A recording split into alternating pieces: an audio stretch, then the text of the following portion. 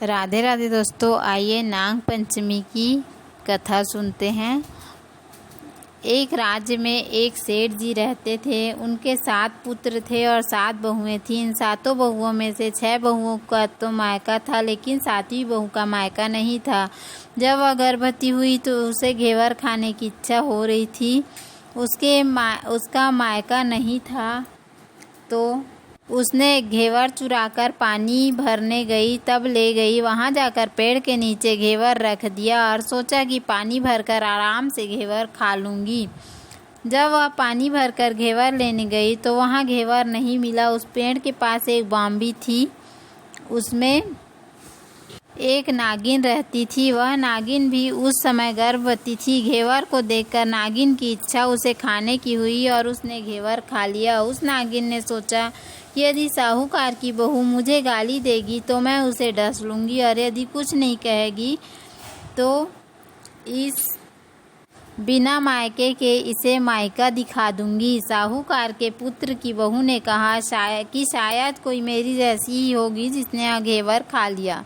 ऐसा सुनकर नागिन बहुत खुश हुई और उसने अपने पुत्रों से कहा कि तुम इंसान के रूप में बन कर जाओ और साहूकार के बेटे की बहू को ले आओ। नागिन के बच्चे इंसान के रूप बनाकर साहूकार के घर चले गए। वहां जाकर उन्होंने कहा कि हम हमारी बहन को लेने के लिए आए हैं। तब सास ने कहा कि पहले तो कभी नहीं आए, इतने दिन कहाँ थे? तब उन्होंने कहा कि जब हमारी बहन का जन्म हुआ तब हम नानी के घर थे और शादी हुई तब हम परदेश कमाने के लिए गए हुए थे। उन लड़कों ने बहुत सारे गहने, कपड़े और मिठाइयाँ बहन, सास और जेठानियों के लिए ले गए थे। सास अत्यंत खुश थी और जेठानियाँ उसे देखकर जल कूद रही थी। सास ने बहू को उनके साथ भेज दिया। बॉम्बी के पास जाकर उन्होंने कहा, बहन, हम नाग हैं। उस दिन जब तुमने पेड़ के नीचे घेवर रखा था तब तुम्हारा घेवर हमारी माँ ने ही खाया था। उन्होंने तुम्हें अपने बेटी माना है, इस नाते से तुम हमारी बहन हुई। बहन, अब तुम हमारी पूंछ को पकड़ लो और डरना मत। उसके कहने पर वह पूंछ पकड़कर बॉम्बी में चली गई। वहाँ पर उन्होंने उसे बहुत लाड़ प्यार किया, सुख से रखा। वहीं पर उसने एक लड़के को जन्म दिया। जब उसका लड़का थोड़ा बड़ा हुआ तब की बात है, पड़ोसन ने साहूकार के बेटे की बहू को सिखा दिया, अगर तेरी माँ की इतनी ही लाडली है तो तू तेरी माँ से कहना कि आज तो नागों को दूध मैं ही पिलाऊंगी। पड़ोसन का ताना उसे सहन नहीं हुआ। वह माँ से जिद करके नागों का दूध ठंडा करने लगी। अभी तक दूध ठंडा नहीं हुआ था, उससे पहले ही उसके बेटे ने घंटी बजा दी और घंटी की आवाज़ सुनकर छोटे बड़े सारे नाग दूध पीने के लिए दौड़ पड़े। जब उन्होंने दूध में मुंह लगाया तो बहुतों का मुंह जल गया। तब नाग क्रोधित होकर बोलने लगे कि हम बहन को काटेंगे। उसकी माँ ने उन्हें समझाते हुए कहा कि इसे मत काटो, यह तुम्हें आशीष देगी। तब साहूकार के बेटे की बहू ने कहा, जियो मारा नाग नागिनी, जियो मारा खांडिया खांडिया, वीर वीर उठावे देखो नीचो, चीर चीर तो फट जाओ पर जीता रेवे। थोड़े दिन बीत जाने के बाद पड़ोसन ने फिर से ताना मारा कि तेरी माँ तुझ पर विश्वास करती तो तुझे साथ में कोटे की चाबी देती। उसने माँ से जिद करके चाबी ले ली और जब ताला खोला तो अंदर झूले में बाबा नाग झूल रहे थे। उसने बाबा नाग से कहा, सत्सिया राम बाबा। उन्होंने कहा कि तूने सत्सिया राम कर लिया, वरना मैं तुझे डस लेता। तब उसने कहा कि आप तो मेरे पिता हो, मुझे कैसे डस सकते हो? और बोली, जियो नाग नागिनी, जियो आशिकी नाग, जीड़ मेरो लाड लड़ाया 9 करोड़ को हार। नाग देवता ने उसको 9 करोड़ का हार दे दिया। माँ ने अपने बेटे से कहा, बाई तो अब बड़े घरों में हाथ डालने लगी है, उसे घर पहुँचा दो। नागों ने साहूकार के बेटे की बहू को बहुत से गहने कपड़े दिए और ससुराल पहुंचा दिया। थोड़े दिनों की बात है, उसका बच्चा झाड़ू तोड़ रहा था। ताई ने कहा, झाड़ू मत तोड़, इतना तोड़ने का शौक है तो तेरे नाना मामा के यहाँ से लाया।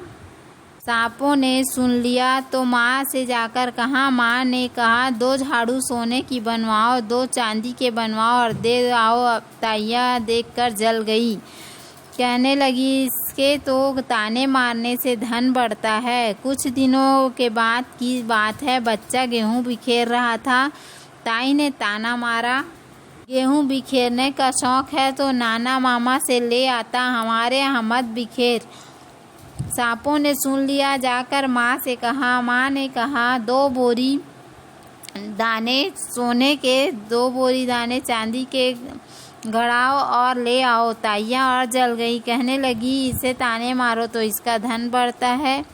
छोटी जिठानी लकड़ी लेने गई, वहाँ सांप था। उसने सोचा सबसे छोटी को भेजना चाहिए, सांप उसे खा जाएगा तो मुसीबत मिट जाएगी। छोटी बहू लकड़ी लेने गई तो वहाँ सांप बैठा था। बोली, भैया राम राम। सांप ने झट से बिछुए दे दिए, पहनकर छम छम करती चली आई। जिठानियाँ देखकर जल गईं। 2-4 दिन बाद पान की गाड़ियों में एक सांप देखा तो बड़ी जिठानी ने सबसे छोटी को पान लेने भेजा। उसने सोचा आज अवश्य सांप काट लेगा। सांप को देखकर उसकी छोटी बोली, भैया घर के क्या हाल चाल हैं, सब ठीक ठाक तो हैं? सबको मेरा राम राम कहना। सांप ने मुंदड़ी पहना दी। जेठानियाँ फिर जल कूद गईं। उसका पति दुकान से आया तब सिखा दिया कि तेरी बहू तो सांप बिच्छू से दोस्ती है। साहूकार का बेटा अपनी बहू से रात को कहने लगा, सच सच बता, सांप बिच्छू तेरे क्या लगते हैं जो तुझे काट खाने के बजाय तुझे उपहार देते हैं? बहू ने कहा, तो मेरे भाई भतीजे लगते हैं। फिर उसने सारी बात अपने पति को बताई। पति ने कहा, तो क्या तेरे भाई भतीजे तुम्हें ही बुलाते हैं, कभी अपने जमाई को यानी हमें तो नहीं बुलाते हैं? आने कोने में छुपे हुए सांपों ने बात सुन ली तो जाकर अपनी माँ से कहा। माँ ने कहा, दोनों को बुला लाओ। वह इंसान का रूप बनाकर दोनों को वे बच्चे को बुला लाए। खूब कपड़े गहने देकर तीनों को विदा किया। ऐसा सामर्थ्य पीहर। नाग पंचमी की कहानी कहने वालों को, नाग पंचमी की कहानी सुनने वालों सबको मिले। जैसी अनपीहरी वह पहले हो रही थी वैसी वह किसी को ना रखे। दोस्तों, अगर यह कहानी आपको पसंद आती है तो वीडियो को लाइक, शेयर और सब्सक्राइब करना ना भूलें। कमेंट ज़रूर करें और जय नागदेव अवश्य लिखें।